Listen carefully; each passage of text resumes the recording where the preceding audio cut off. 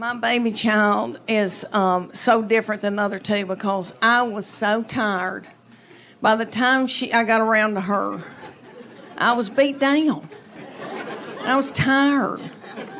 And I let her do whatever she wanted to. And I've heard old women say 4, 5, and 6 raise themselves. I bet they do. I bet they do. Because I've let her do whatever she wanted to. I was so on top of my game with those first two. I was like flashcards. You're going to make 100 on that spelling test. And I was up in school, I was room mom, and I was taking yogurt and muffins, and I was all up in everything.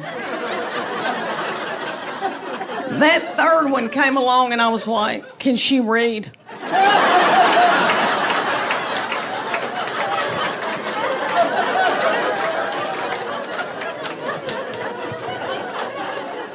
Let me tell y'all that my people are down in Middle Tennessee. I told y'all farming people, and I was raised old-timey Methodist. And my people are kind of superstitious, and there was like no gambling. You could play rook.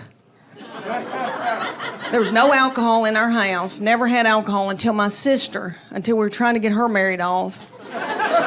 And she married this hoop-de-doo man that owned part of a winery, and so we all started drinking. Yeah.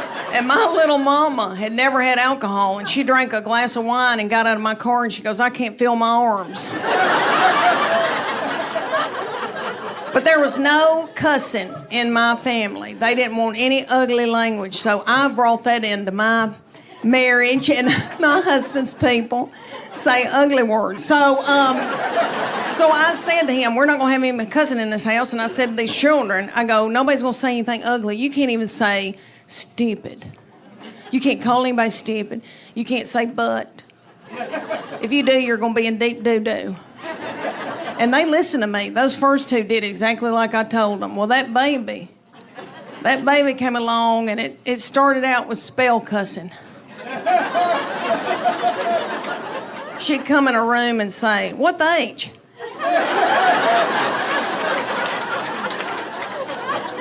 And then it went on to, what's up, mofos?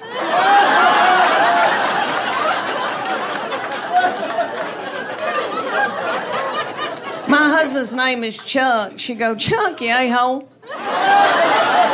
And my husband gets so tickled and just gets so, and he'd go, oh my, you nut. And my oldest two would be like, what? She just said what? I know, we let her do whatever. All right, y'all. Because we are taping this, I'm trying to get in different material, and I'm trying to do new, and I'm out of my mind because I'm in brain fog. So y'all, bear with me. I'm trying to switch it back and forth. Okay, I got to tell y'all that with me and my husband being just me and him, we probably need to go to a retreat and learn how to communicate again. He traveled. He's always had a big job. He's an executive with a big company and stayed gone, and we wanted him to.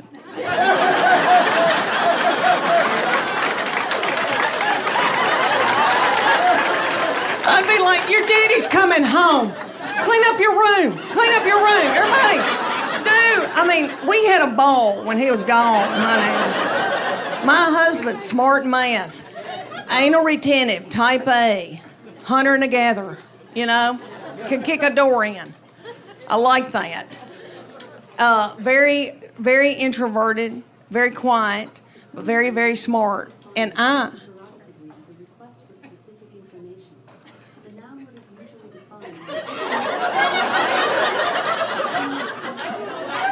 Is that Alexis?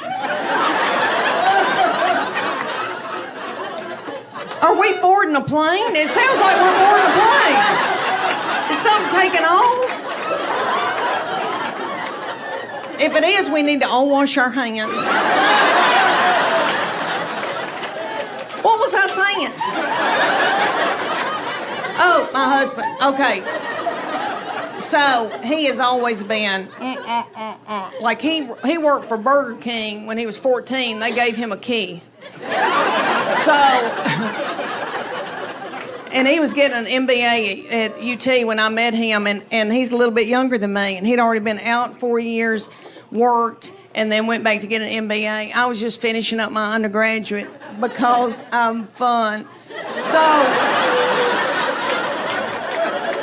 So it has been a tumultuous, because if y'all saw my purse, y'all be like, her life is out of control.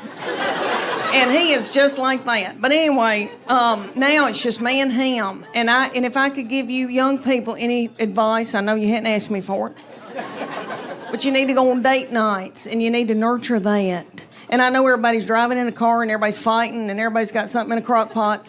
But you need to do that with your husband, because one day it's just going to be you and him, and you're going to look at him and go, who are you? And what do you want from me? So I try to do fun things, and people say to me all the time, they go, do you let your husband travel with you? And I say, no. The main thing is he's got to keep working. We need health insurance, you know? Everybody's getting their eyebrows waxed. We need to keep this going. We want him to work as long as he can. The other reason is he loves a hotel. You know, men love a hotel. And I got to work. I got to put on makeup and get on Spanx. And so I'll take him to a hotel, and he gets a glazed look over his eyes. And I find myself doing this. And it doesn't have to be a nice hotel. It could be a Scottish Inn. And there could be a bloody spot on the carpet where there's been a murder. It wouldn't bother him. But anyway, I don't let him do that. So, let me tell y'all, about 2 months after that, I got us tickets in Nashville to go see Hart and Joan Jett. I know, little Joan Jett. It was probably about 100 degrees, and it was outside, and it was hot and sweaty and humid. Little Joan Jett comes out in leather. And let me tell y'all, she's the size of this glass, Joan Jett.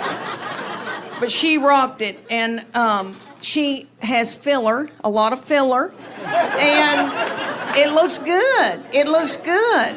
And I've never wanted it until now. And I think, should I get my lips plumped up? Because what happened to my lips? My lips just sucked up into my body. I used to have lips. Anyway, so she came out, she was wonderful, and then Nancy and Sweet Ann and Nancy came out, the sisters, Hart. Ann's the oldest one, you know, the dark-headed one. She came out in a big pair of orthopedic tennis shoes.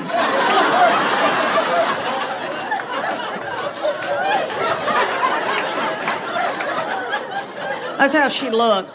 You could tell she was hot and it felt good. And she was pissed. And she had on a long-sleeve dress, and I get it, I don't want to show my arms either. She had on a long-sleeve dress. It was 100 degrees in Nashville at night, humid, sweaty. She had on pantyhose with those big orthopedic, I know, and I thought, what in the world? And then I thought, compression. She's got on compression hose.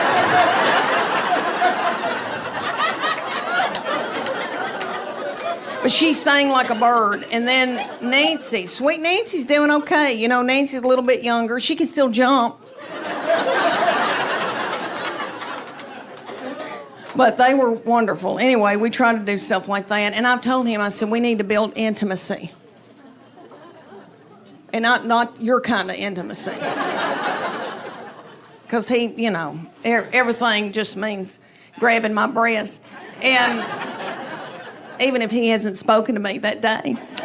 And I said, I need you to speak to me. And I need you to listen to me. And I need to be able to share with you things. And then the nasty stuff can happen if you listen to me. But he goes, what do you want to tell me? And I said, I got to tell you something's going on with my bladder.